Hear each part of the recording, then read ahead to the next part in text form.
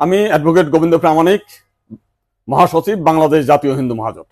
গতকাল বিকালে শেখ হাসিনার পদত্যাগের পরে এদেশের হিন্দু সম্প্রদায় মনে করেছিল যে তাদের উপর বিশাল একটা হামলা, লুটপাট, অগ্নিসংযোগের ঘটনা ঘটবে।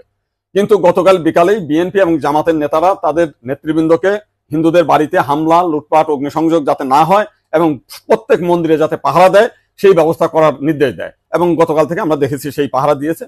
সাধারণভাবে হিন্দুদের উপরে বড় কোনো মন্দিরে কোনো হামলার ঘটনা ঘটে নাই।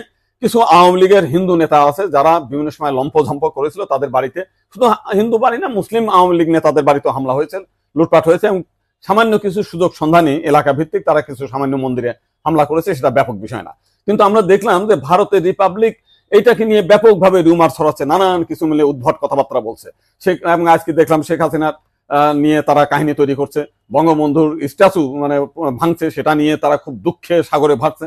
আমার এক সাংবাদিক ফোন দিয়েছিলাম, তাদের বলেছি যে আপনারা যদি শেখ হাসিনার জন্য যদি এত কান্না আপনাদের মধ্যে আসে, তো শেখ হাসিনা ভারতে গিয়েছে, আপনারা ভারতের প্রধানমন্ত্রী নরেন্দ্র মোদীকে সরিয়ে শেখ হাসিনাকে আপনারা প্রধানমন্ত্রী হিসেবে ঘোষণা করেন, সে ভারতও রক্ষা করতে পারবে, তা আপনার সেভেন সিস্টারও রক্ষা করতে পারবে। আপনারা তো প্রতিদিন বলতেছেন যে শেখ হাসিনা না থাকলে ভারতে সেভেন সিস্টার থাকবে না। তো এইবার আপনাদের একটা বিশাল সুযোগ আছে, আপনারা শেখ হাসিনাকে ভারতের প্রধানমন্ত্রী করেন।